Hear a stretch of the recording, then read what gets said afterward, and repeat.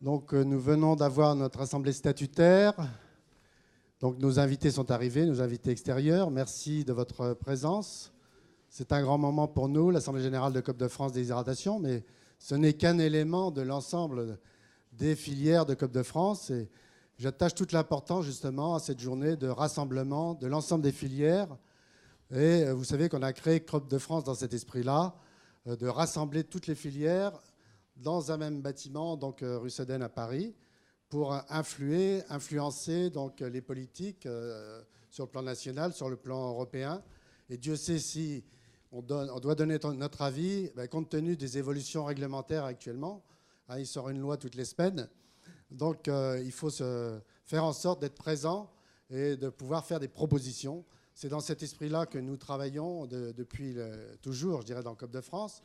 Mais nous avons le mérite de travailler en transversal aussi, au-delà de tout ce qu'on peut faire dans le cadre de Coop de France Déshydratation, de travailler également avec les autres filières, c'est-à-dire avec nos clients, avec l'aval, et puis l'amont également. Voilà donc la raison pour laquelle nous allons avoir un débat cet après-midi. Les aspects statutaires, c'est terminé. Nous avons fait une conférence de presse préalable le 26 novembre. Donc on a reçu une quinzaine de journalistes. Vous avez donc dû voir dans la presse où en était la filière luzerne. Alors, la filière luzerne, dit-on, a repris des couleurs. Voilà 3 ans que le marché va plutôt bien pour cette production, mais elle a suivi en quelque sorte l'ensemble des productions végétales, même si cette année, ça va être un peu plus compliqué pour gérer les stocks. Néanmoins, on peut se dire que la filière a fait un rétablissement extraordinaire après des années difficiles, compte tenu des évolutions des règlements communautaires. Voilà. Donc, je vais laisser Denis Lachatelier, notre consultant en communication, vous présenter les intervenants de cet après-midi. Et pour ma part, moi, je ferai les conclusions en fin d'après-midi. Voilà, merci, Président. Donc, le thème, vous le connaissez. Quelle demande, quelle offre pour les protéines végétales demain en Europe et même plus largement d'ailleurs dans le monde.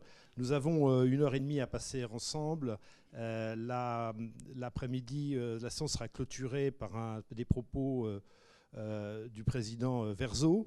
Mais auparavant, donc, j'ai le plaisir d'accueillir les 2 intervenants vedettes de cet après-midi pour une table ronde qui se situe résolument donc, dans la prospective, vous l'aurez compris. Pour ceux qui ont eu la chance d'assister ce matin aux propos d'Alexandre Adler à la convention In Vivo, vous verrez qu'on se situe parfaitement en cohérence de cette dynamique d'une France agricole conquérante et optimiste. Alors, Yves Trégarot, d'abord, par ordre d'apparition. Yves, certains d'entre vous doivent le connaître ici.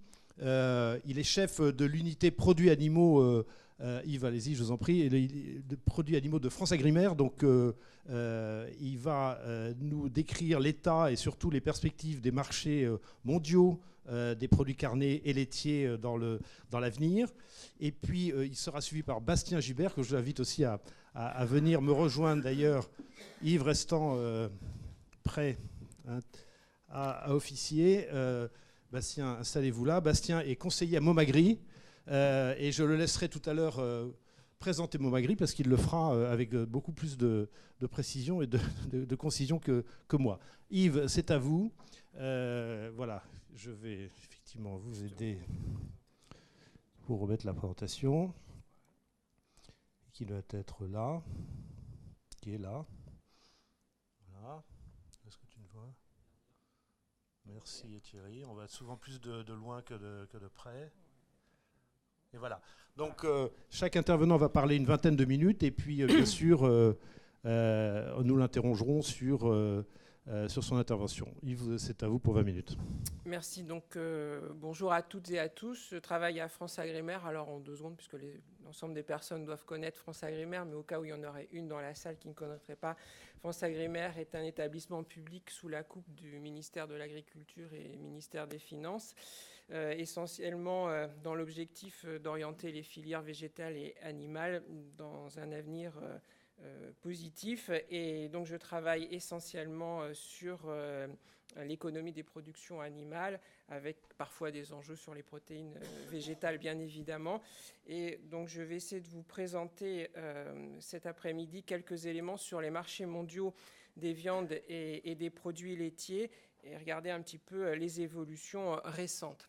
Alors d'abord, quelques grandes lignes sur l'évolution de la production, des échanges mondiaux, de la consommation aussi sur les produits laitiers et viande. Alors, deux choses à retenir qui sont essentielles.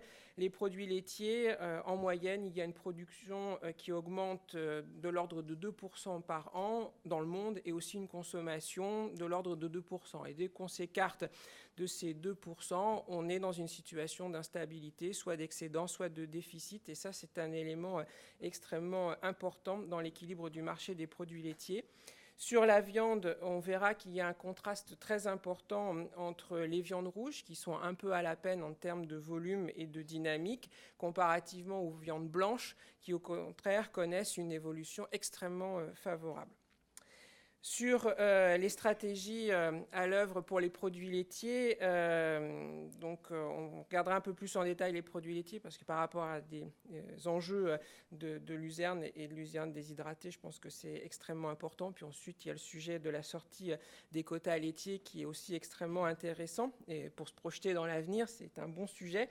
On regardera un petit peu la vision des États-Unis sur le sujet, avec une production extrêmement hors sol. Et la Nouvelle-Zélande avec une production qui est très orientée à l'herbe, mais avec une très forte intensification. Et puis l'Union européenne avec différents pays, où vous verrez qu'on a des systèmes très divers. Alors d'abord, pour commencer, les grands enjeux de production dans le monde. Vous voyez sur ce graphique l'évolution de la production mondiale de produits laitiers au cours des 2 dernières décennies.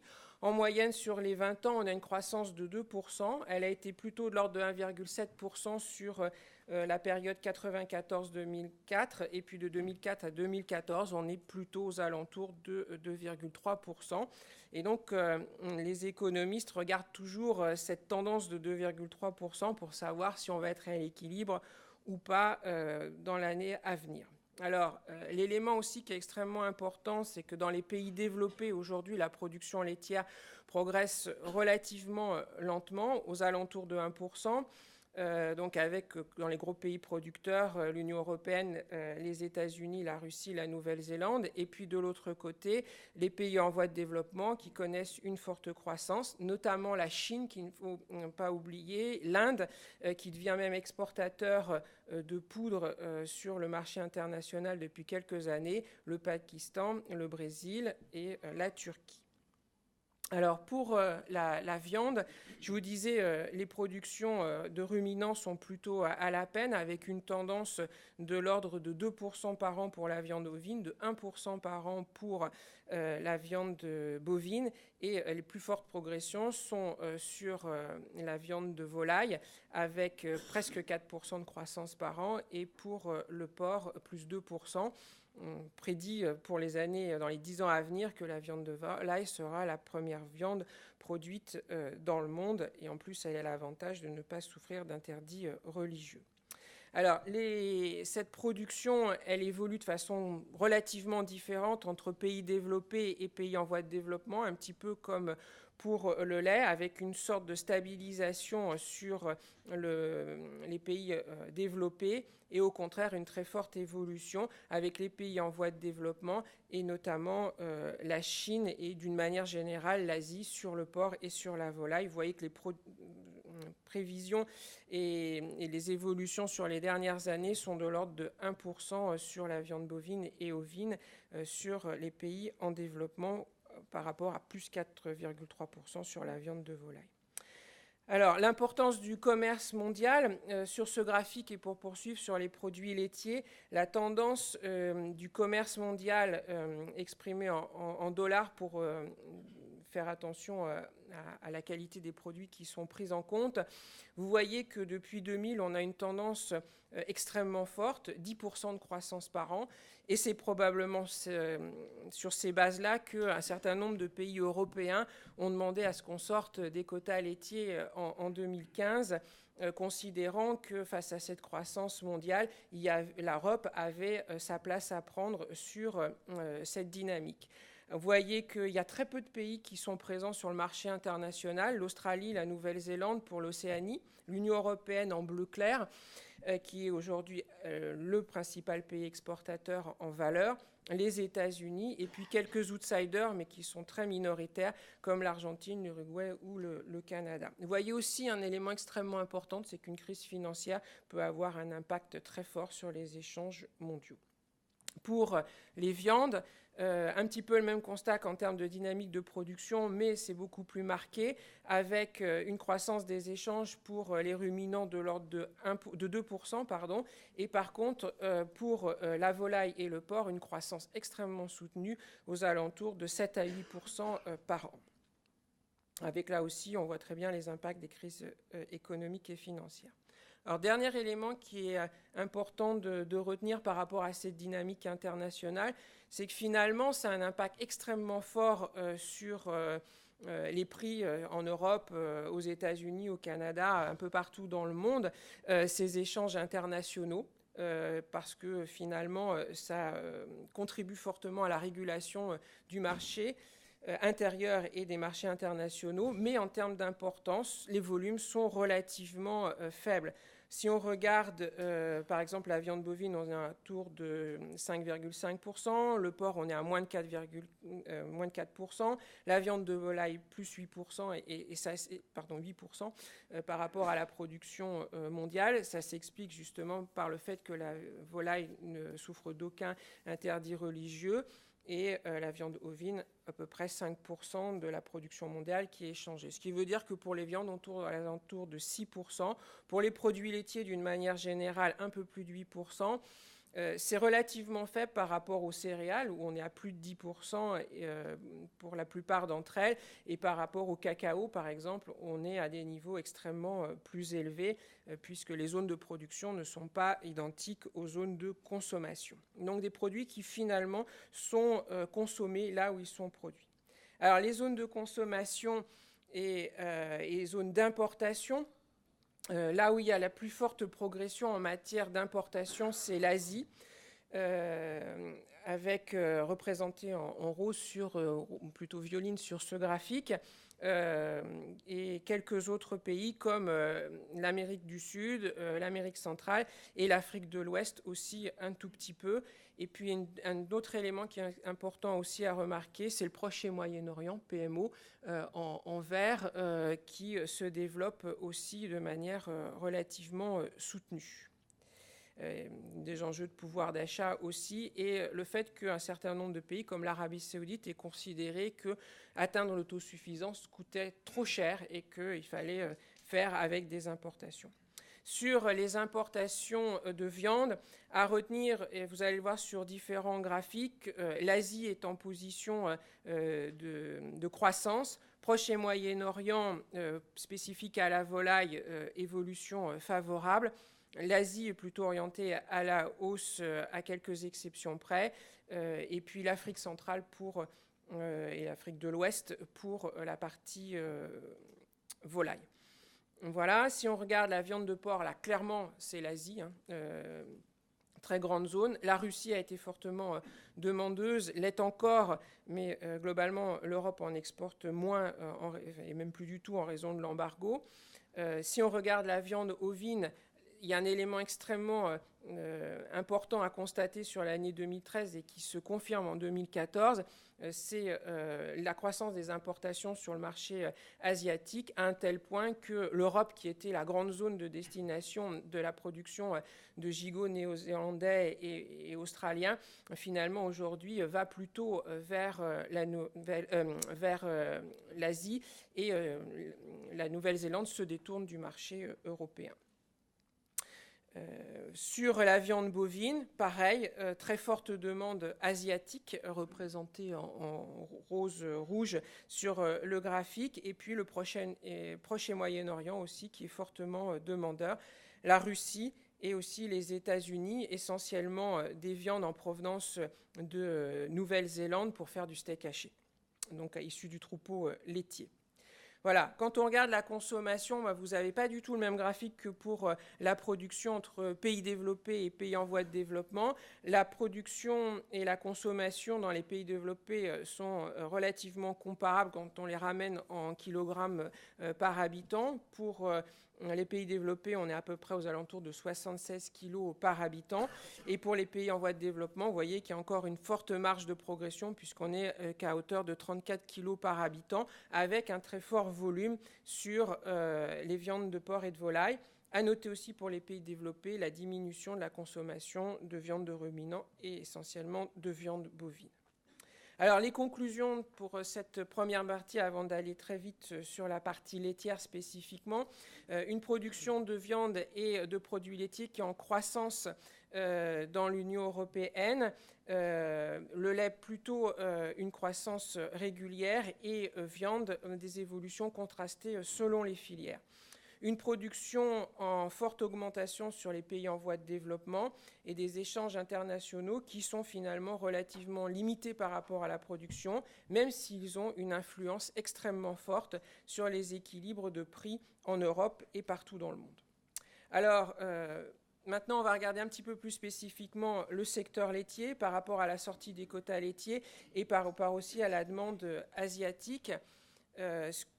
Sur les États-Unis, vous avez un développement de très grandes exploitations laitières. Aujourd'hui, il n'y a pas plus d'exploitations laitières aux États-Unis qu'en France, à peu près 70 000. Par contre, la taille des structures n'est pas du tout la même. Comme vous pouvez le constater, sur les exploitations qui ont plus de 500 vaches laitières, la taille moyenne, elle se situe aujourd'hui à 1660. Et pour les exploitations laitières de plus de 2500 vaches laitières, qui est représentée en bleu clair, la taille moyenne de ces exploitations est de l'ordre de 4560 vaches. Elles sont situées pour l'essentiel en Californie avec de très très grandes exploitations.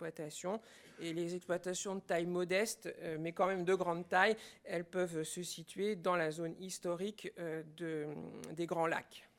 Alors l'évolution des structures néo-zélandaises aussi va vers un accroissement de la taille, puisque vous avez sur ce graphique une courbe montrant, un histogramme plutôt, montrant la taille par tranche depuis 10 à 49 vaches laitières jusqu'à plus de 1000 vaches laitières et une vision entre 2001 et 2002 qui est représentée en bleu ciel et puis en bleu foncé sur la période 2012-2013. Et vous voyez un déplacement relativement fort de la courbe avec une augmentation relativement forte des exploitations de plus de 1000 vaches laitières. Et en Nouvelle-Zélande, il existe 160 exploitations qui ont entre 1000 et 1100 vaches laitières, mais quand même 116 par exemple qui ont plus de 1500 vaches laitières. Donc une augmentation de la taille de structure qui est visible. Autre élément extrêmement important, la Nouvelle-Zélande mise sur un taux de chargement de plus en plus fort, qui est représenté par la courbe verte et l'échelle de droite, qui vous montre qu'ils arrivent à avoir 3 vaches laitières par hectare de SAU.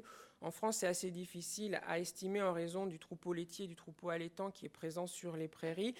Mais globalement, on est plus près de 1,5 à 2,5, mais guère plus.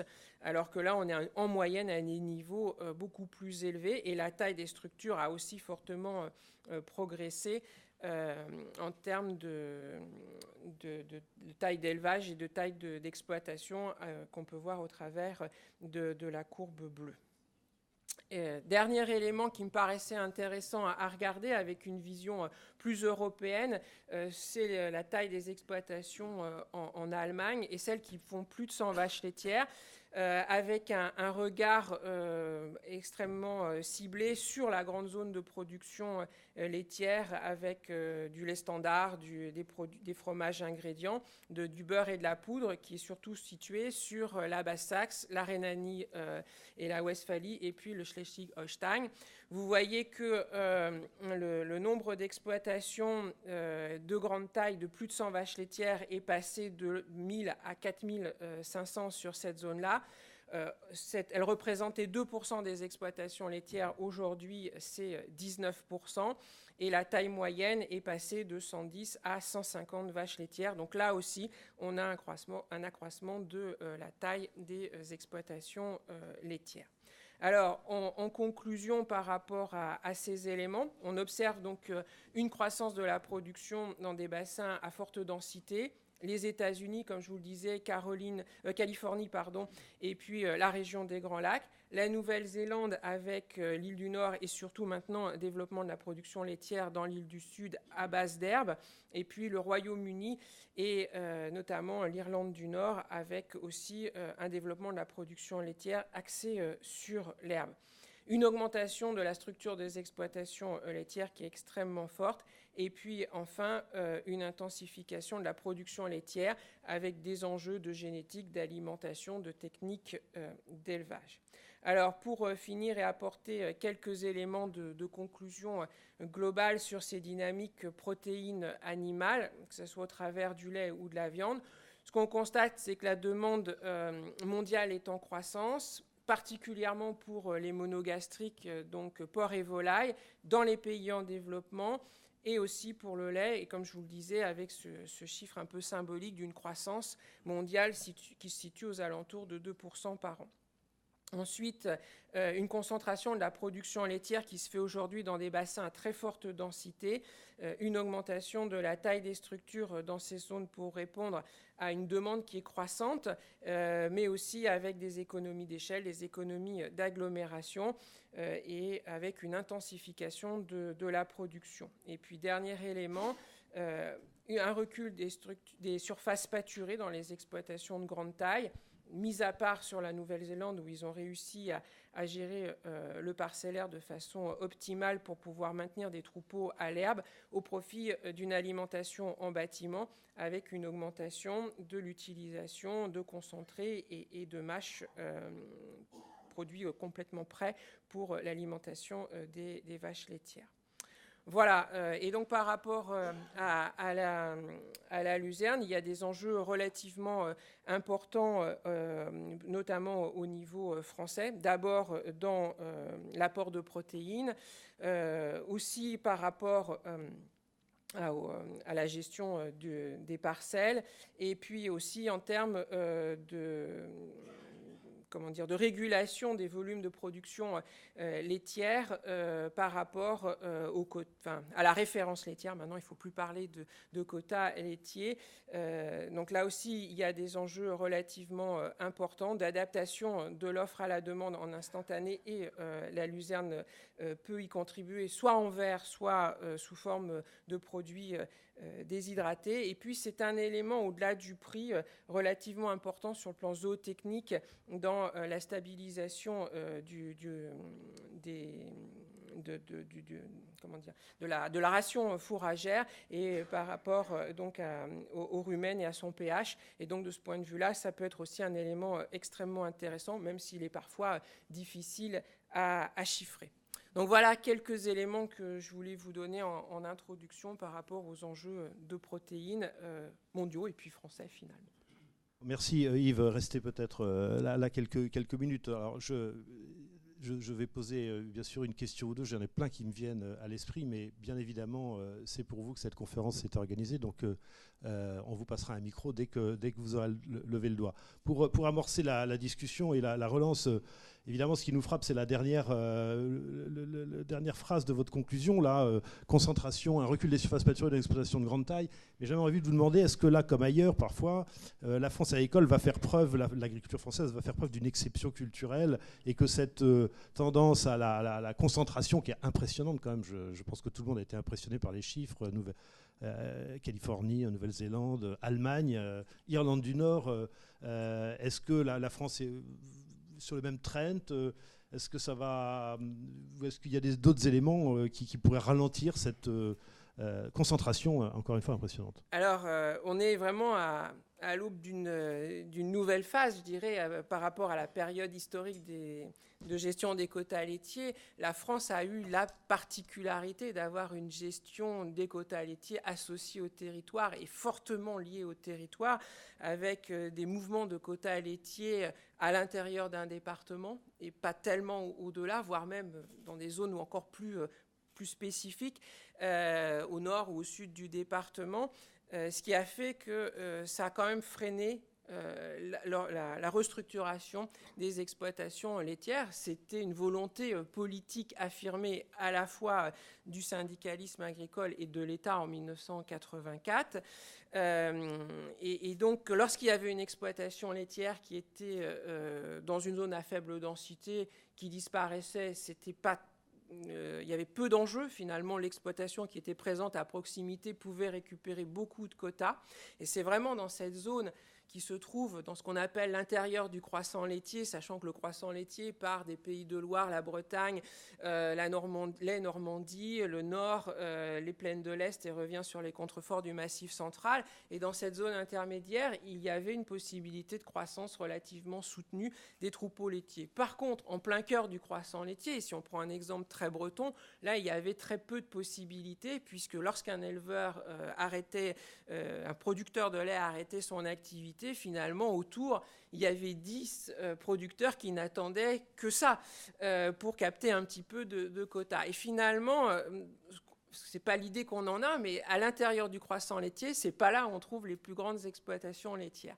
Alors par contre, ce qui se passe, et j'en finirai par cela, sur la période très récente, au cours des 3-4 dernières années, il y a quand même une restructuration à l'intérieur du croissant laitier qui fait qu'on commence à trouver des exploitations de plus grande taille. Mais finalement, une grande exploitation en France, c'est plus de 50, et je dirais 100, c'est déjà une belle exploitation laitière, et ce qui permet d'ailleurs d'introduire de la robotique, ce qu'on peut faire difficilement à moins de 50 vaches laitières. D'accord, 100 vaches c'est déjà beaucoup, et 1000 c'est inenvisageable, hein, on est d'accord. Alors, peut-être, oui, Jean-Paul.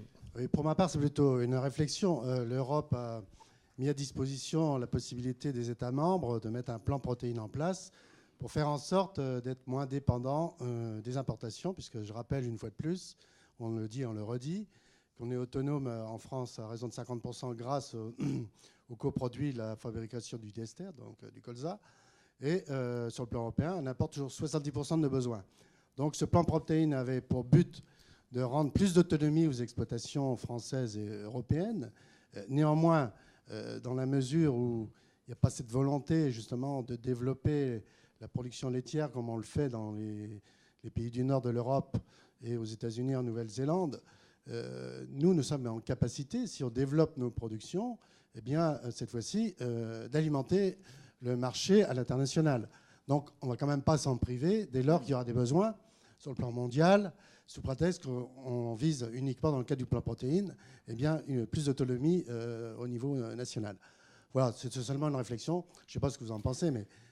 Ce que je dirais, c'est qu'il est clair, au travers de la courbe que je vous ai montrée sur l'évolution de la demande laitière au niveau mondial et sur cette croissance de 10% par an, qu'il y a un vrai marché à prendre. Et la France bénéficie d'une technologie de cracking du lait extrêmement poussée. Mais il faut faire attention, l'Allemagne, le Danemark ou les Pays-Bas sont en train de nous rejoindre en matière de produits craqués, et ce qui apporte de la valeur ajoutée, et il ne faut pas s'en priver. Donc à nous d'aller sur ce marché mondial et de créer de la valeur ajoutée, et puis ensuite de revenir jusqu'à l'alimentation animale et à la génétique pour l'animal en tant que tel, pour pouvoir avoir la meilleure composition du lait, pour pouvoir bénéficier pleinement des opportunités de valorisation de protéines sur le marché international. Mais l'industrie laitière française est friande de lait. Elle est en demande, hein. Oui. Vous le confirmez. Oui. Elle est en demande à partir du moment où on se positionne sur de l'exportation. Alors, ce qu'il faut faire attention, c'est que globalement, le marché européen est mature. Ce qui veut dire que globalement, mis à part la croissance de la population sur le marché européen, il n'y a pas vraiment de croissance de demande laitière supplémentaire. Et donc, il faut bien avoir conscience, et c'est là tout l'enjeu de bien réussir cette transition 2014-2015 et les années suivantes, que le volume de production qui va être produit sur le marché européen n'est globalement pas à destination de l'Europe. C'est bien pour le marché mondial. Et dans le contexte actuel, on a une difficulté supplémentaire qui se rajoute, c'est le marché russe, sur lequel on exportait du fromage. Aujourd'hui, on ne peut plus le faire, et que la solution la plus simple aujourd'hui, c'est de transformer ce lait en beurre et en poudre. Faut-il trouver sur le marché international la place pour mettre ce beurre et cette poudre à une valeur marchande satisfaisante, sachant que les États-Unis sont eux aussi en croissance de production de l'ordre de 3% et que la Nouvelle-Zélande, c'est en fait en fonction des conditions climatiques où on a plus ou moins de lait. Bon, Yves Trégarot, on va arrêter avec vous pour l'instant parce que on sent bien qu'on pourrait y passer encore une heure, mais on reviendra tout à l'heure peut-être pour parler de valeur, parce que si le prix du lait est annoncé en baisse, alors est-ce que ça va décourager plutôt les élevages français que les encourager? Enfin, bon, c'est une équation un peu compliquée. On va passer à Bastien Gibert parce que sinon il va s'endormir. Non, je plaisanterie. Bastien Gibert, donc vous êtes conseiller Momagri, vous allez nous parler maintenant donc de l'offre, globalement de l'offre en protéines, de ses perspectives, des enseignements qu'on peut tirer, et puis vous verrez qu'il y a un mot-clé dans son intervention, un concept clé, et qui va répéter à plusieurs reprises et sous plusieurs formes. Donc je lui laisse le faire. Bastien, je vous laisse présenter aussi Momagri, ce que fait son objet, et je vais vous mettre votre présentation. Tu vas présenter Momagri pendant que je vous... Voilà, vous y alliez là. Bonsoir à tous, et je vous rassure, je ne dormais pas, j'ai écouté très silencieusement et avec beaucoup d'intérêt la présentation. C'est pour ça que je me suis permis de le dire. Oui, donc quelques mots sur Momagri. Momagri est un think tank qui a été créé en 2005 à l'initiative de plusieurs responsables et plusieurs grandes coopératives agricoles françaises. Vous trouvez l'Imagrin, le groupe Limagrin, la coopérative Euralis, la FNPSMS, les producteurs de semences, maïs et sorgho, le groupe Invivo, le Crédit Agricole SA, et puis récemment, maintenant il y a 4 ans, la COP Fédérée du Québec qui nous a rejoint dans cette aventure. Donc le positionnement de Momagri est assez simple, c'est de réfléchir sur l'avenir et sur le positionnement stratégique des marchés agricoles, on parle de filière végétale ou de filière animale, et de réfléchir aux problèmes agricoles contemporains et internationaux, de manière à informer et sensibiliser les décideurs et les parties prenantes, qu'elles soient médiatiques, philosophiques ou technocratiques, sur l'importance stratégique que revêt l'agriculture et l'alimentation dans le monde d'aujourd'hui, et ce dont on a souvent tendance à passer sous silence au profit de l'industrie et des services. Voilà. On rappelle souvent que le développement est un triptyque pour lequel il faut bien évidemment de l'éducation, de la santé, mais il y a le troisième pied, si je puis m'exprimer, qui est l'alimentation et l'agriculture qu'il ne faut absolument pas négliger. Voilà. Donc on mène des études économiques, des notes à vocation stratégique pour replacer l'agriculture dans les enjeux contemporains. Et pour cela, on fait de la prospective. Et je vous propose, durant ces 20 prochaines minutes, de réfléchir avec moi sur les protéines végétales et puis leur évolution et leur dynamique de croissance. Qui dit prospective dit anticipation et dit action. Et si on veut maîtriser l'environnement dans lequel on sera demain et le sécuriser, il faut avant tout comprendre quelles sont les dynamiques qui sont à l'œuvre, les dynamiques économiques, les négociations politiques, les stratégies des États membres, qui sont à la fois des partenaires et puis des concurrents, et puis la manière dont les marchés évoluent, les modes de consommation évoluent, les rapports quantitatifs évoluent, d'un point de vue aussi qualitatif. Il faut mettre tout ça dans une immense boîte, secouer l'ensemble pour essayer d'en tirer des enseignements intéressants. J'ai essayé ici, en quelques slides, avec quelques chiffres et graphiques, donc ça fait... suite à ce que vous a présenté Yves, de vous remettre en perspective les chiffres et surtout les dynamiques d'évolution pour vous montrer l'importance du dynamisme des protéines végétales en se basant sur l'exemple du soja et des tourteaux de soja. Sur ce premier graphique, vous avez l'évolution depuis 1961 de la production mondiale de soja et de tourteaux. En bleu, vous avez le soja et en orange, vous avez le tourteau. Vous avez un doublement de la production mondiale tous les 15 ans. Et vous avez une augmentation de la production qui s'est faite durant les années 60 essentiellement par le biais des rendements et à partir du début des années 70 essentiellement par une démultiplication des surfaces. Donc la production mondiale a été multipliée par 10 en 50 ans et elle a été multipliée par 2 rien que depuis 1997. Deuxièmement, sur les surfaces. Donc c'est un peu le corollaire de la production. On note également une multiplication par 5 des surfaces cultivées de soja depuis 1961 et une croissance x2 des surfaces depuis 1997. Vous avez ici représenté l'équivalent des doublements de production sur les surfaces, où vous voyez par exemple que dans les années 70, si la production a été multipliée par 2, les surfaces, elles, ont cru de 84%, ce qui est absolument colossal. Et ce rythme-là, s'il freine un peu, a toujours une dynamique d'évolution et de croissance qui est extrêmement importante. Et pour lequel, après, il y a des régions qui tirent cette croissance des surfaces vers le haut, en particulier Amérique du Nord, Amérique du Sud, et pour lesquelles en Europe et notamment en France, on observe la dynamique inverse. Troisièmement, c'est une concentration importante de la production mondiale, et cette dynamique de concentration s'accélère. Vous avez 3 acteurs qui réalisent près de 80% de la production mondiale de soja, et 4 pays pour lesquels on retrouve États-Unis, Brésil, Argentine, qui couvrent 80% des surfaces mondiales de soja, et ça continue de croître. 4, vous avez des réserves de production qui sont importantes, et notamment parmi les plus gros producteurs mondiaux. Vous avez ici représenté sur ce graphique, sur l'axe vertical, les évolutions des surfaces en millions d'hectares, et sur l'axe horizontal, l'évolution des rendements. Bien évidemment, plus un pays se situe dans l'angle nord-est, plus il est important en termes de production, et inversement, plus il est dans l'angle sud-ouest, moins il pèse au niveau international. Ce qui est intéressant de voir, c'est qu'États-Unis, Brésil, Argentine sont 3 acteurs majeurs qui, en termes de rapport de production, c'est incomparable par rapport aux autres États du monde. L'avance qu'ils prennent est en train encore de se renforcer puisque les surfaces qui sont allouées à la production de soja, pour des finalités qu'elles soient alimentaires et animales, sont en très forte croissance, suivies par l'Inde. La Chine, en revanche, a des surfaces qui diminuent, mais on va le voir, il est extrêmement présent sur les marchés internationaux en termes de demande et pour capter les importations. On explique la croissance de la production, bien évidemment, par une explosion de la demande.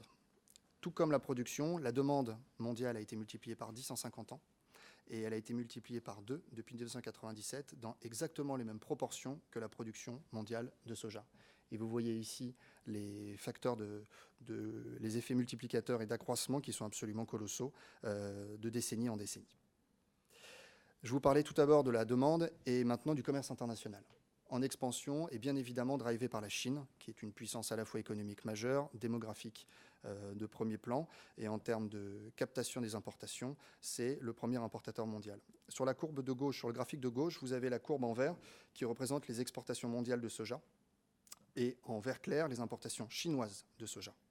Vous voyez que jusqu'au début des années 90, la Chine était un acteur, on va pas dire marginal, mais secondaire sur le marché mondial. Et depuis la fin des années 90 et surtout le début des années 2000, c'est un acteur principal qui capte d'année en année des parts supplémentaires sur les marchés mondiaux. Vous avez en orange les exportations mondiales de tourteaux qui, elles, suivent une dynamique de progression qui est relativement constante. Sur la partie de droite, j'ai fait ressortir le poids en pourcentage de la part des importations chinoises sur les importations mondiales de soja. Et vous voyez que d'année en année, c'est une augmentation de plusieurs pourcents. Et on atteint aujourd'hui les 70%. Et les perspectives pour 2014-2015 font état de 75% de captation des importations mondiales de soja par un seul acteur qui sera la Chine. Vous imaginez les conséquences en termes d'instabilité si la Chine décide de faire comme la Russie. On en vient maintenant au prix. Je pense que c'était le mot-clé, l'instabilité. Vous ne l'avez pas dit au début, donc je me suis dit lequel il faut que j'utilise. Bon. Donc c'est la volatilité. La volatilité, c'est le point central qui vous intéresse. Il y a bien évidemment les quantités, mais la tarification et les prix, et la manière dont vont évoluer les prix, c'est ce qui nous intéresse tous ici. Vous avez sur cette courbe représenté depuis 1984 les cotations à Chicago des tourteaux de soja. Ce qui est intéressant de voir, c'est que la volatilité est un phénomène qui est structurel, historique. Elle a toujours existé sur les marchés protéines végétales, et d'ailleurs, on peut élargir ça à tous les autres secteurs, que ce soit de l'animal ou céréalier. Cette question de la volatilité, elle est absolument centrale. Centrale parce que si on veut se projeter et mettre en place les bonnes politiques, il faut savoir pourquoi est-ce qu'il y a de la volatilité et quels sont les risques qui expliquent cette volatilité-là. Si on se trompe de symptômes, eh ben forcément, le pansement qu'on va vouloir ou le médicament qu'on va vouloir employer sera inadapté. Au pire des cas, ça sera une dépense budgétaire nulle et on ne solutionnera rien. Et dans le cas le plus problématique, c'est qu'on accroît la volatilité du fait d'une réponse qui est inadaptée. Cette volatilité, elle est présente et elle est importante pour tous. Vous, acteurs dans les filières, parce que ça dépend de la volatilité, dépend de la compétitivité. Les politiques de gestion de risque qui sont mises en place au sein des COP, des équilibres entre les différentes filières, qu'elles soient animales, humaines et végétales, la pérennité bien évidemment des exploitations et de la transmission aux générations futures. En termes d'investissement, les investissements que vous réalisez sont rarement à court terme, en semaine ou en mois, mais plutôt sur plusieurs années, et c'est toujours intéressant d'avoir de la visibilité. Et de manière beaucoup plus globale sur le niveau de la sécurité alimentaire d'un pays. Et les récentes déclarations de notre ministre vont parfaitement dans ce sens. Mais ce qui est intéressant, c'est de passer après de l'autre côté du rideau et de se dire qu'en termes de gestion publique et de préconisation, en termes de politique de soutien et de régulation publique, c'est à cette question aussi que nos décideurs cherchent à répondre, c'est-à-dire pourquoi il y a de la volatilité, est-ce qu'elle va perdurer et pourquoi est-ce qu'elle devrait perdurer. C'est en fonction de ça qu'on établit les lignes budgétaires et puis les mécanismes de couplage, de découplage, etc., qu'il faudrait mettre en œuvre idéalement. Quelles sont les questions qui sont les plus importantes aujourd'hui sur votre filière? Mais encore une fois, ces questions-là peuvent être adaptées à d'autres filières agricoles. Est-ce que c'est la première, c'est de savoir que les prix des protéines végétales sont volatiles? A priori, pas vraiment. Il faut regarder des courbes de prix et puis la réponse est dans la question. Est-ce que c'est de savoir si les prix des protéines végétales sont en moyenne plus volatiles que par le passé? Ça, c'est un premier point extrêmement important, puisqu'en termes de gestion de risque, c'est toujours intéressant de savoir si on va à un monde qui est plus incertain ou au contraire qui est beaucoup plus sécure. Mais cette question-là, si elle est importante, elle est insuffisante. Parce que ce qui est intéressant, c'est de savoir que si derrière une moyenne de volatilité, est-ce que les écarts s'agrandissent? En gros, si on fait une comparaison par rapport à une échelle de revenus au sein d'un pays, est-ce qu'il y a plus de riches ou plus de pauvres, sachant que le revenu médian il peut rester inchangé? Et c'est ça qui est intéressant. Et ce qu'on remarque, et ce que je vais vous présenter après, c'est que la structure de la volatilité sur les marchés des protéines végétales a muté au début des années 2000. Alors il y a plein de facteurs explicatifs. Mais derrière une même volatilité, les facteurs explicatifs sont radicalement différents, ce qui plaide après pour des outils de gestion de risque au niveau des exploitations et surtout après au niveau public et de la Commission européenne pour une approche qui est totalement différente et spécifique. Parce que là, on parle de volatilité, mais on parle aussi d'événements extrêmes. D'accord ? Et pour faire un parallèle avec ce qui s'est passé sur la crise financière, là, je ne vous parle pas de petites volatilités qu'on peut observer depuis 150 ans sur les marchés des céréales. Je vous parle d'événements déstabilisateurs du type effondrement des bourses, crise de 29, etc. C'est-à-dire, on parle d'occurrences d'événements qui sont a priori extrêmement peu probables, mais dont les effets déstabilisateurs sont potentiellement gigantesques. C'est ça qui nous intéresse ici. Parce qu'au final, comme historiquement la volatilité a toujours existé, on peut développer des mécanismes assurantiels ou des petits mécanismes publics pour faire en sorte de passer une période difficile. Mais si après le monde dans lequel on évolue tend vers beaucoup plus d'instabilité avec des chutes de prix et des remontées de prix qui sont absolument imprévisibles et très très fortes, et il faut qu'en face, les protections publiques soient présentes. D'accord ? C'est ça qu'on va essayer de regarder maintenant. Sur ce graphique-là, c'est une présentation de la volatilité qu'on voit assez rarement, puisque j'ai représenté ici la volatilité qu'on observe sur les tourteaux de soja en termes d'écart type. Alors vous avez tous les carnets de santé nos enfants, où vous avez une courbe de croissance en fonction de l'âge d'un enfant. Et un enfant, par exemple, qui a 2 ans, doit avoir une taille qui est comprise entre plus 1 et moins 1 écart type. C'est entre à peu près 78 cm et 90 cm. D'accord ? Et soi-disant, si on suit les lois statistiques traditionnelles... Ça sent le vécu, ça. Oui. Ah. Oui. Et 99,4% de la population, des enfants de 2 ans, font à peu près entre 78 cm et 90 cm. Ce qui nous intéresse ici, c'est est-ce que la proportion d'enfants qui font 50 cm ou 1,20 m est importante. Et c'est le parallèle que je fais ici avec les tourteaux de soja sur ces prix-là. Ici, vous avez entre 0 et la barre verte une volatilité qui est contenue. D'accord ? Si les tourteaux de soja étaient une loi normale, c'est-à-dire celle qu'on observe assez souvent et qu'on utilise assez souvent, dans 99,4% des cas, les barres, il n'y a aucune barre qui devrait être au-dessus. D'accord ? Au-dessus, entre la barre verte et la barre rouge, là, on est dans de la volatilité qui est forte. D'accord ? Donc, vous voyez qu'il y a un nombre de barres qui est assez important. Plus, bien évidemment, la barre est haute, en termes de volatilité, pire c'est. Et la volatilité extrême, c'est celle qu'on a considérée étant au-dessus de 2,5 écarts types, ce qui, normalement, en théorie, ne devrait jamais arriver. Et ce qu'on observe, c'est que depuis 1984, c'est déjà arrivé plusieurs fois. Ce n'est pas des cas uniques, c'est des cas répétés. Et que surtout, depuis 2000, ça se multiplie. D'accord ? Ça plaide encore une fois pour une gestion spécifique et différenciée des marchés agricoles et plus spécifiquement des protéines végétales. Quand on regarde les évolutions décennie par décennie, sur la décennie 80, 90 et 2000, on voit que les événements de faible volatilité contenus sont en diminution. Ils sont majoritaires, bien évidemment, mais ils sont en diminution. Baisse de 21% par rapport au début des années 80. Ceux de volatilité forte, compris entre 1 et 2,5 écarts types, c'est plus 65%, et plus 300% si on s'intéresse juste à la volatilité et à des événements dits extrêmes. D'accord ? Donc ce qui est intéressant de voir, c'est qu'il y a une mutation dans la structure de la volatilité sur le marché des protéines végétales qui plaide pour des soutiens qui sont spécifiques et pour lesquels, heureusement, pour l'instant, le paquet est conservé. Quels premiers enseignements on peut tirer de cette rapide étude ? C'est que, le marché des protéines végétales est un marché qui est en plein essor, tant sur l'aspect de l'offre que sur l'aspect de la demande, et pour lequel, vous, producteurs, en France et en Europe, il faut absolument que vous vous positionnez. Et ça, je rejoins parfaitement ce que disait Yves dans sa présentation précédente. Deuxièmement, c'est que les demandes et les débouchés potentiels sont extrêmement élevés, à la fois pour les besoins en termes d'élevage, mais également pour la demande alimentaire, tant d'un point de vue quantitatif que qualitatif, avec l'évolution des modes de consommation, etc. Les contraintes multiples qui pèsent sur les protéines animales, et notamment avec toutes les turbulences qui sont générées par l'abandon des quotas laitiers et puis quand même la crise que traverse le lait, peut être aussi un potentiel de développement extrêmement fort, si c'est bien saisi, pour les protéines qui sont végétales. D'autant plus qu'il y a une dynamique de croissance structurelle des débouchés qui est très forte. La Chine, qui est en appétence croissante sur ce secteur-là, et également les Émirats arabes unis, comme en parlait tout à l'heure Yves également, du fait de la fin de l'irrigation et puis du fait qu'ils vont importer plus puisque ça leur coûte trop cher.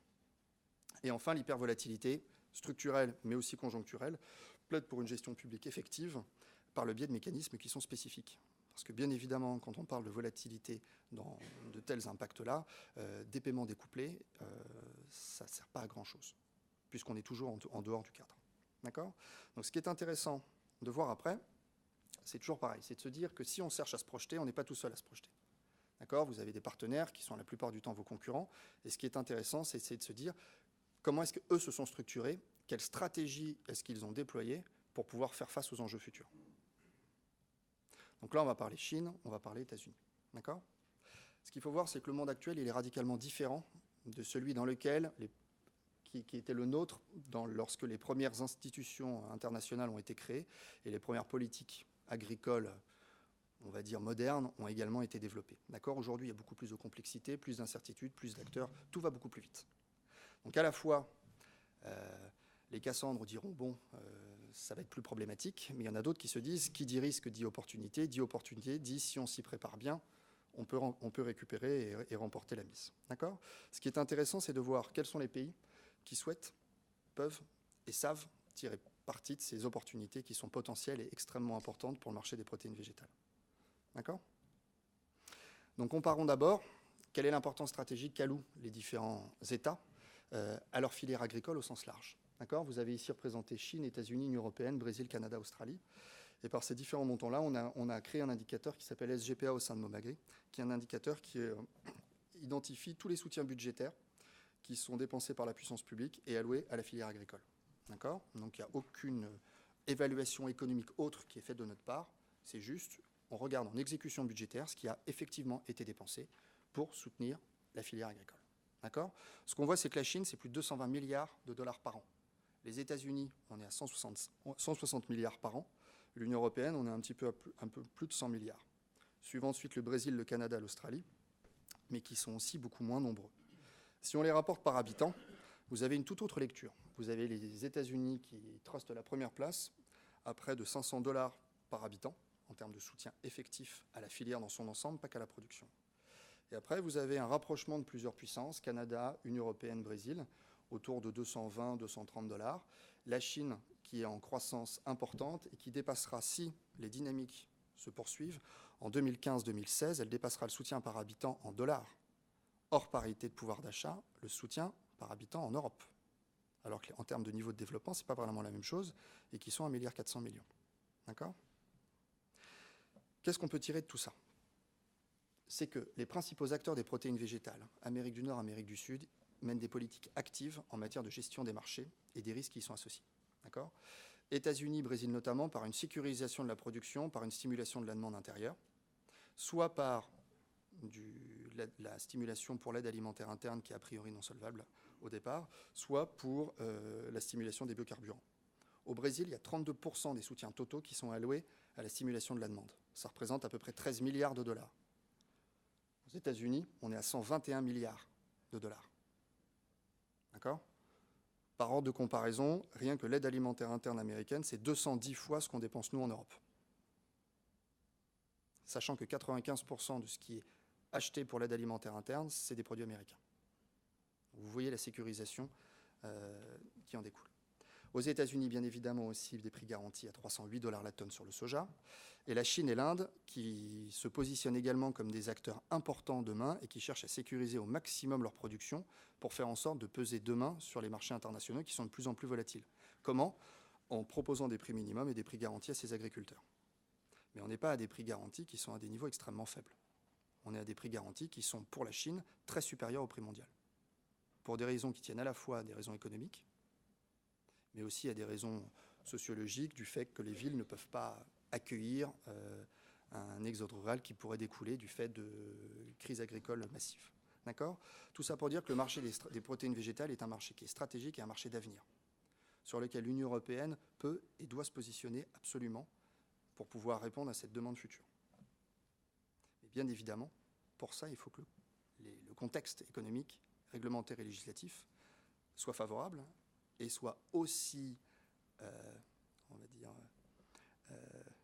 présent sur les aspects de production pour permettre aux filières de soutenir une compétitivité qui est massive en face.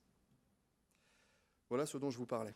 Comparaison de deux prix. Prix de marché aux États-Unis, prix ferme, avec le soutien, là, dans le cadre du dernier Farm Bill, avec une augmentation pour le soja de 40% par rapport au prix minimum garanti qui était 220 $ avant. Il est passé à 308. En Chine, on n'est pas à 308. On est à 770 $ la tonne. Prix minimum garanti pour l'agriculteur. Et le niveau de développement en Chine n'est pas vraiment le même qu'aux États-Unis ou en Europe. D'accord ? Tout ça pour dire que l'idée n'est pas de faire une comparaison et de dire que demain, il faut faire la grève et réclamer 770 $. L'idée, c'est que très souvent, quand on parle d'Europe, on a tendance à la cloisonner en disant l'Union européenne sursubventionne ses agriculteurs, c'est à fond perdu, ça ne sert à rien. Ce qui est intéressant de voir, c'est que les mêmes personnes qui construisent ces arguments-là sont celles qui subventionnent 2 fois plus les leurs. D'accord ? Mais eux ont une démonstration qui est à la fois stratégique et économique pour pouvoir le faire. Donc il n'y a pas à rougir et il y a véritablement à prendre parti de cette guerre économique qui est la nôtre. Ici, vous avez en dynamique l'évolution des soutiens. Brésil, États-Unis, Chine. D'accord ? Les soutiens croissent en moyenne 40% plus vite, et ça va jusqu'à 50 à 60% pour la Chine, que la valeur de la production agricole totale produite entre 2008 et 2013. Quand on regarde par rapport à la croissance démographique, les soutiens croissent entre 40 et 80% plus vite que la croissance démographique. D'accord ? L'Union européenne, on est quasiment à zéro. Les croissances des soutiens suivent la croissance démographique. D'accord ? Il y a un décalage permanent, une évolution à contresens qu'il faut absolument mettre en avant pour pouvoir légitimer le fait que l'Union européenne n'a pas à rougir de la manière dont elle soutient ses agriculteurs. Elle devrait même aller plus loin. Quelles sont les perspectives qu'on peut retenir de ça ? Et c'est mon dernier slide. C'est que les fondamentaux économiques et agricoles mondiaux, mais également régionaux, sont plus que favorables pour inverser la tendance à la baisse des surfaces semées qu'on observe en France et en Europe, et pour également favoriser le développement de la production pour satisfaire une demande qui est en croissance régulière. D'accord ? Donc bien évidemment en termes de surface, de rendement, mais également de recherche et de développement.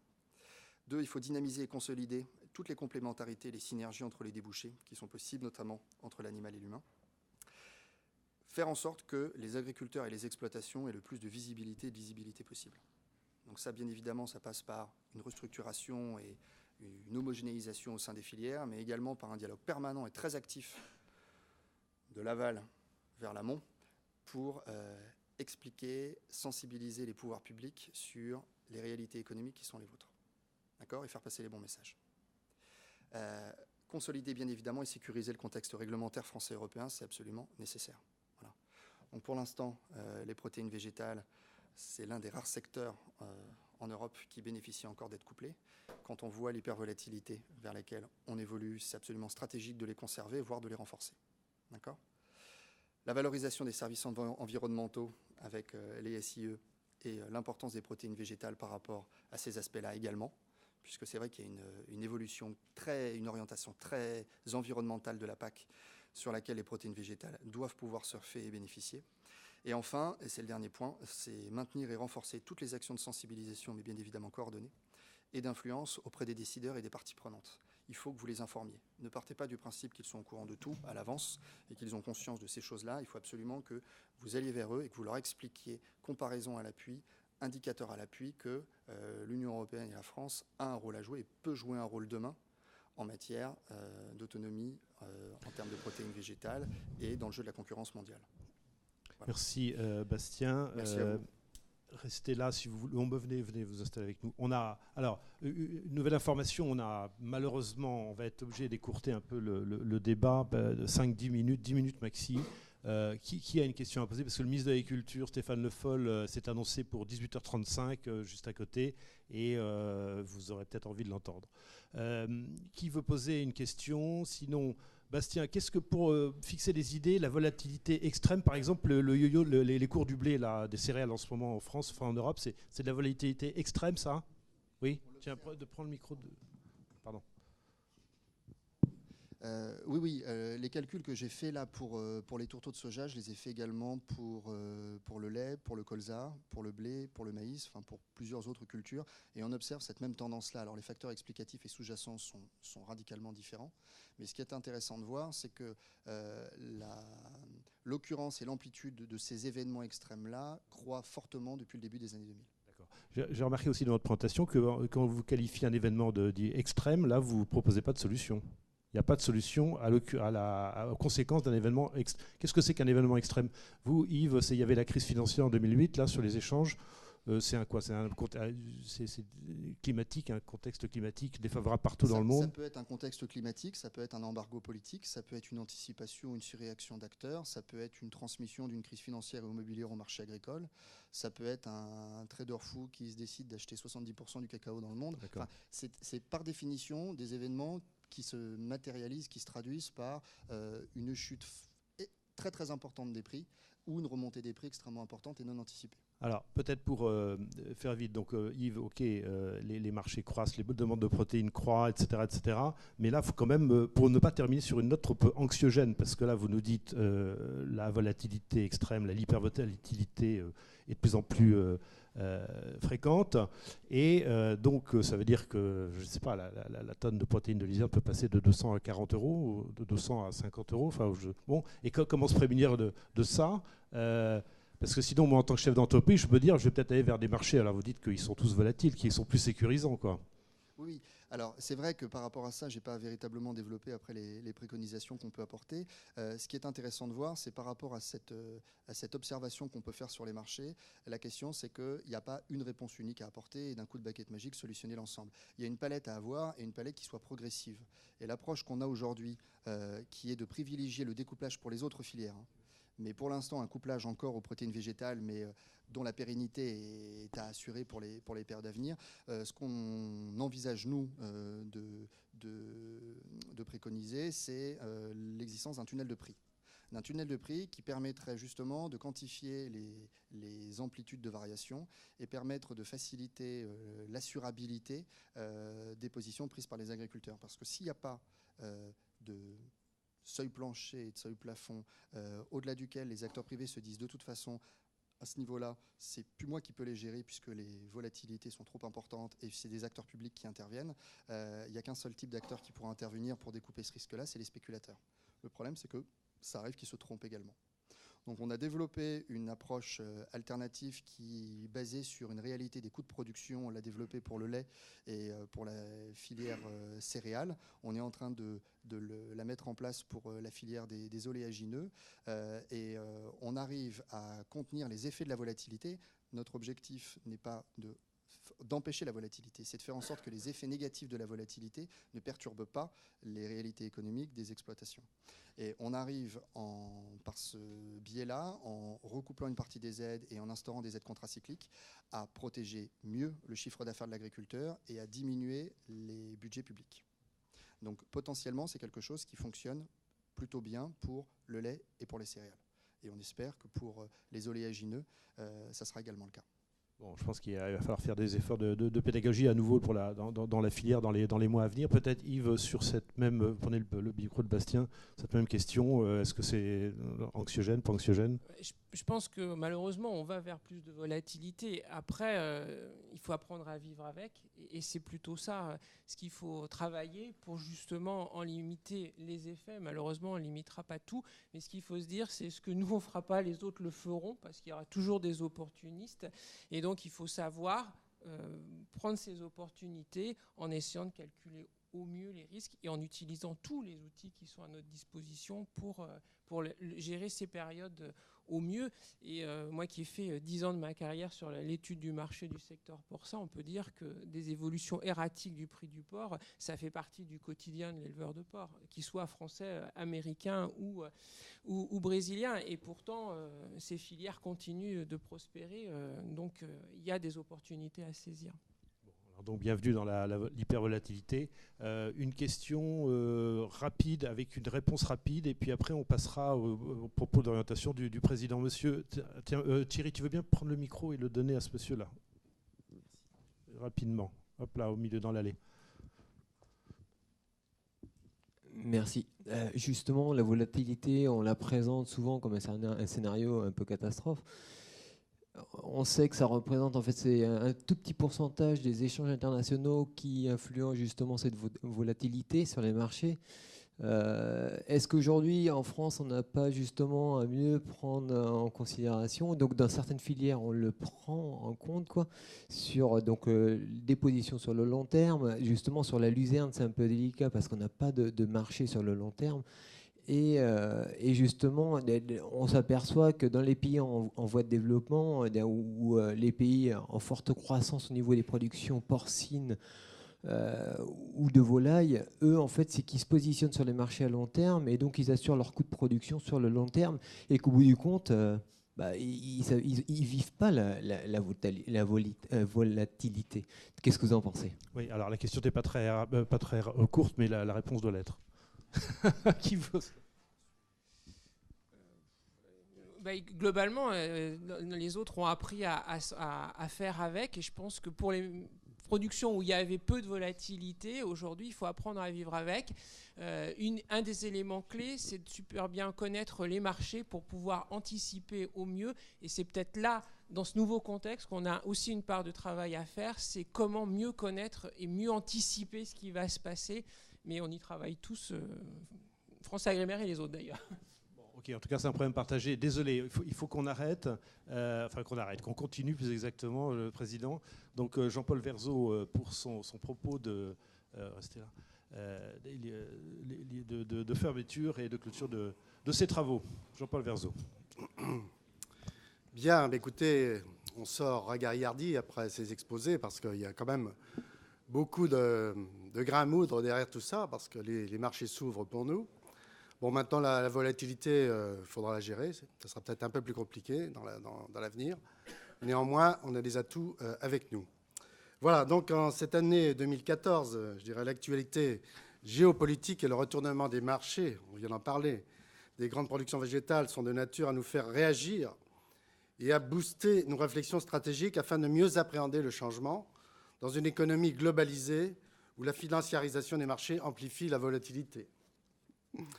Voilà, donc sur le plan européen, 2014 marque une rupture dans les orientations de la PAC 2014-2020, avec notamment 2 points saillants, le recouplage et le verdissement, qui ont tous les deux des conséquences pratiques pour notre filière. Le recouplage. Je rappelle que 13% du premier pilier sont destinés à encourager la compétitivité économique et la restructuration des filières, en particulier les productions animales. Donc, une part symbolique de ce montant des recouplages de 2% doit être réservée au plan de riche en protéines, avec au final un soutien de 8 millions d'euros en faveur des fourrages déshydratés.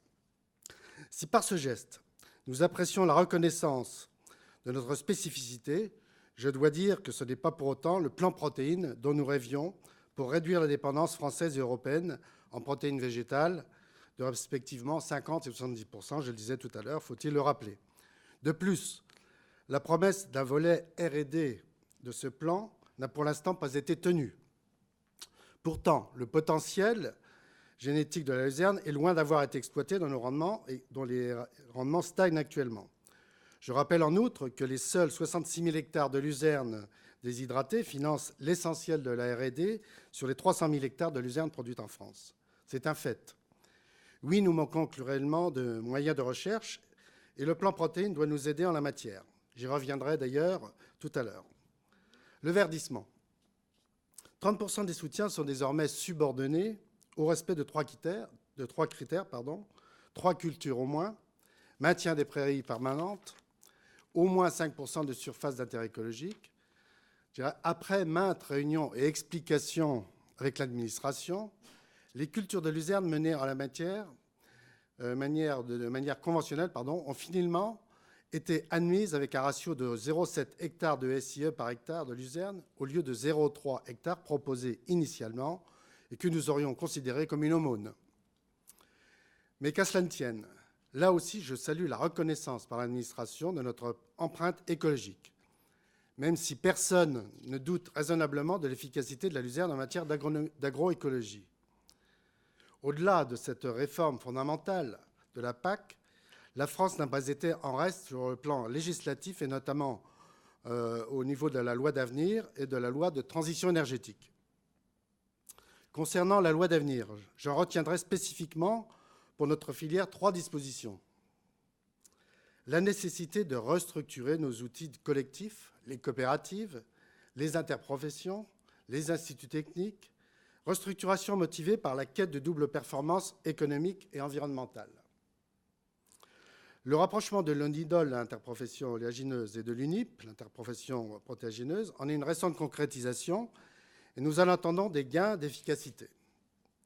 La loi prévoit également de conforter les rôles du Conseil supérieur d'orientation de FranceAgriMer, outil clé de la gouvernance partagée entre les pouvoirs publics et les filières, comme lieu d'élaboration des politiques publiques, d'où l'importance de la présence de Coop de France dans ces instances. La 3e disposition, ce sont les GI2E. Les groupements d'intérêt économique et environnemental ont pour objectif de conforter la transition de l'agriculture vers des concepts agroécologiques en s'appuyant sur des dynamiques collectives. Très bien. Seulement, je veux affirmer ici, haut et fort, que la coopération agricole a pris une longueur d'avance dans ce domaine. Ces collectifs d'agriculteurs pourront donc profiter du réceptacle des coopératives pour développer des actions propres à améliorer les performances économiques et environnementales des exploitations. La loi sur la transition énergétique, ça nous concerne vraiment. Rappelons-en tout d'abord les objectifs.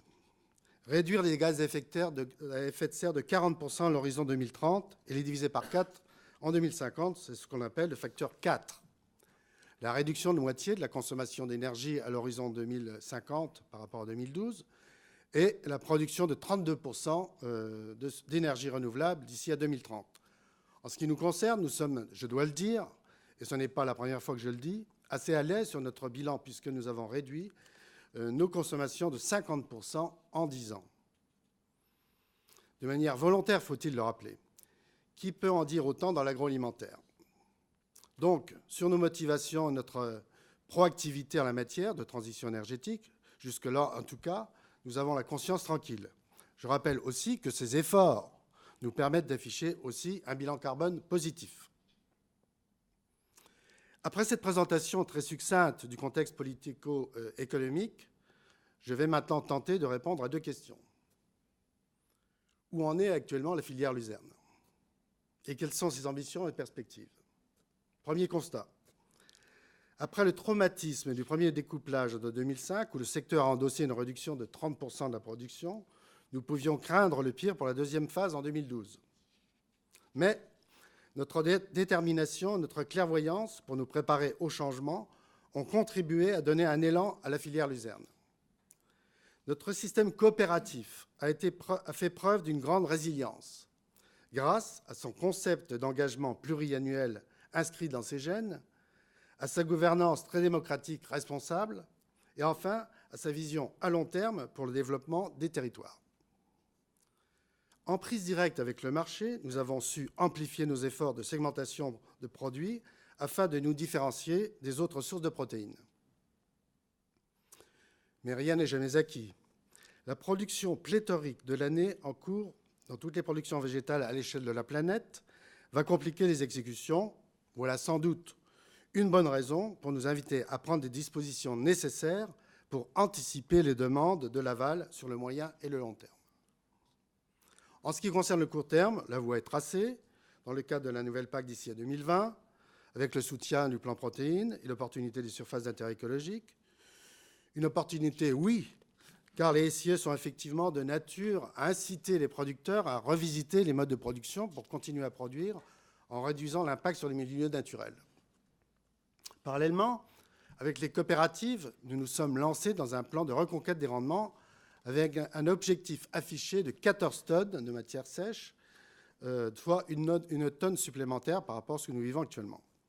Ces dispositions et la demande du marché nous mettent sur la voie d'une saturation de nos outils industriels préalable à une rentabilité satisfaisante. Voilà pour le court terme. Mais soyons réalistes. À moyen terme, nous sommes vulnérables, compte tenu de notre dépendance en énergie et surtout des projets de taxation des émissions de CO2. Le système européen en préparation, dénommé ETS, refuse pour l'instant de considérer le couple plante-usine pour élaborer notre bilan carbone. Cela uniquement par manque d'intérêt pour notre petit secteur, vu de Bruxelles et par souci de simplification. C'est scandaleux, c'est méprisant, je dirais que c'est lamentable. Nous sommes en contre-offensive depuis déjà 1 an sur ce sujet, sachez-le. Et nous vous informerons régulièrement en 2015 de l'actualité sur ce dossier, tant il est important pour nous tous. Restons sur le moyen terme. Après tout, il s'agit d'un rapport d'orientation. Nous devons dès maintenant nous mettre en ordre de marche en élaborant un contrat de filière. Celui-ci nous permettra de nous armer pour répondre à la demande issue de nouvelles zones de production laitière, on en parlait tout à l'heure, avec des produits issus des cultures de diversification et sur des qualités reconnues porteuses de valeur ajoutée sur le plan nutritionnel, technologique et environnemental. Ce contrat, reconnu par les instances nationales et communautaires, pourra bénéficier des soutiens à l'innovation du 2e pilier. Nous serons ainsi mieux armés pour l'avenir. Dans cette hypothèse, les seules protéines animales ne pourront satisfaire la demande des protéines végétales et la demande en protéines végétales va s'accentuer également. Nous devrons inéluctablement prendre le relais.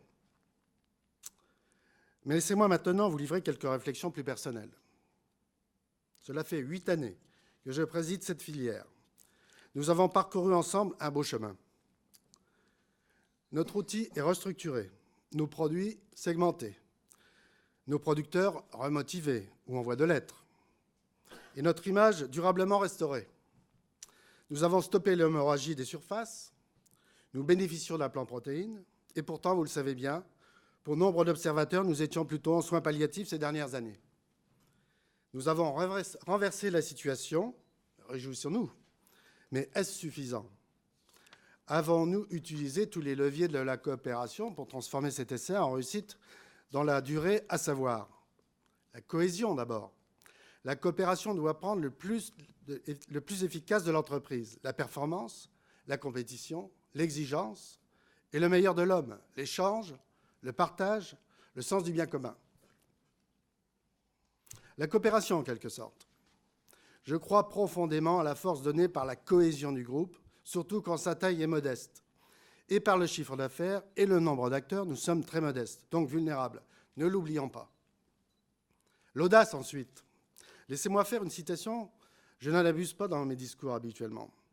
Méfions-nous d'être en retard d'une idée et en avance d'une crainte. C'est de Louis Bidault.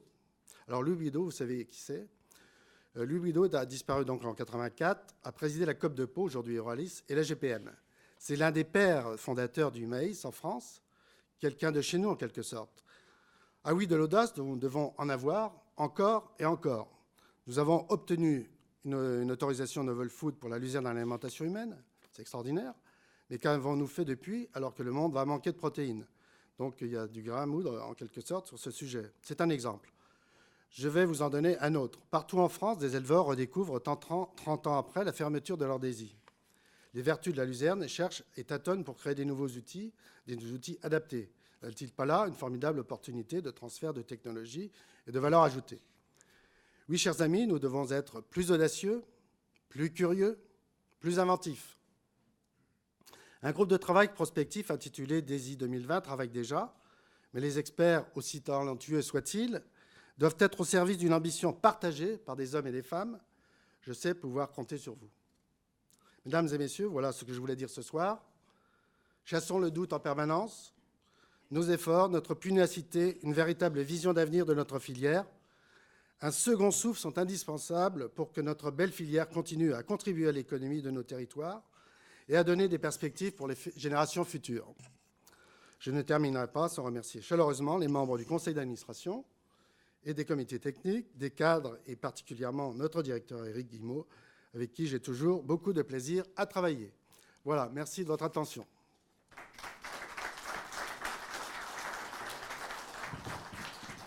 Oui, alors merci. Je vous invite donc à rejoindre l'accueil là, qui est le patio là, par lequel vous êtes arrivé pour